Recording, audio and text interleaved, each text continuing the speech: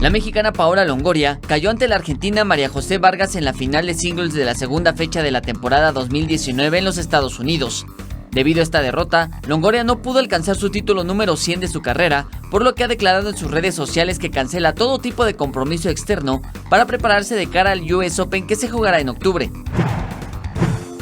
El monegasco Charles Leclerc se colocó en lo más alto del podio durante el Gran Premio de Italia, rompiendo una racha de la escudería Ferrari de 8 años sin coronarse en su país.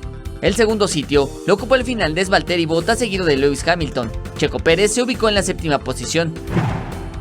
El defensa español Sergio Ramos jugó su partido número 167 con la camiseta de la selección española, igualando el récord que ostentaba el arquero Iker Casillas como el jugador con más encuentros disputados con la roja. Ramos debutó con España en 2005 y se encuentra a 9 encuentros del récord europeo que aún tiene Gianluigi Buffon, con 176 encuentros disputados con la camiseta de Italia. La selección varonil de Estados Unidos derrotó 89-73 a la de Brasil en la última jornada de la segunda ronda de la Copa del Mundo de baloncesto que se lleva a cabo en China y enfrentará al representativo de Francia en cuartos de final. El equipo de las Barras y las Estrellas se encamina a la conquista de la Copa por tercera ocasión consecutiva al vencer sin dificultades a los brasileños por 89-73.